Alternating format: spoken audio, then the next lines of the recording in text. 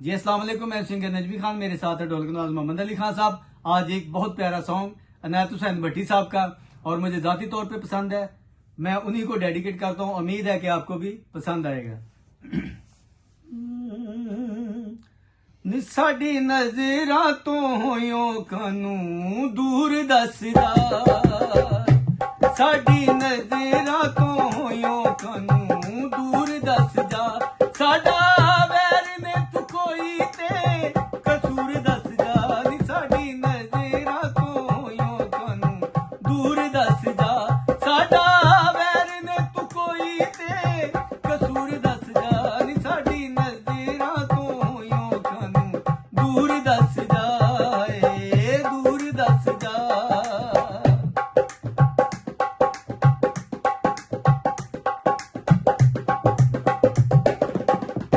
पाके प्यार मुल प्यार दाना कौन वालिए, लाके अखियां नी अखियां चुराउण वालिए,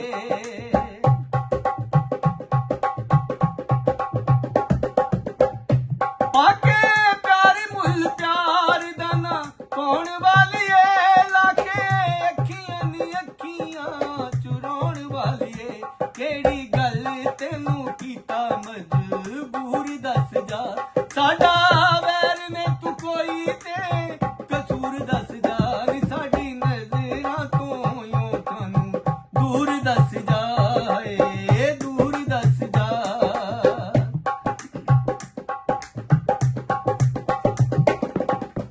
अजे होया भी न प्यार दिया रावां मैलियां, तेनू भुल गईयां कदे मुलाकातां पहलियां,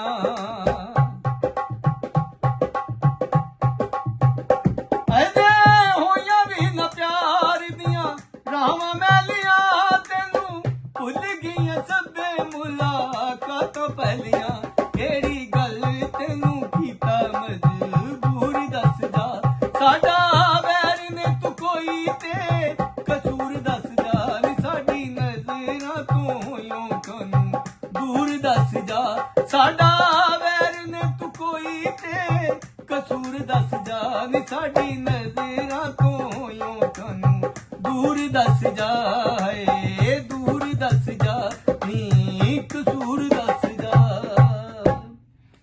अगर ये सॉन्ग पसंद आया हो तो वीडियो को लाइक करें, शेयर करें और चैनल को सब्सक्राइब करके बेल आइकन का बटन दबाना ना भूलिएगा। अल्लाह हाफिज।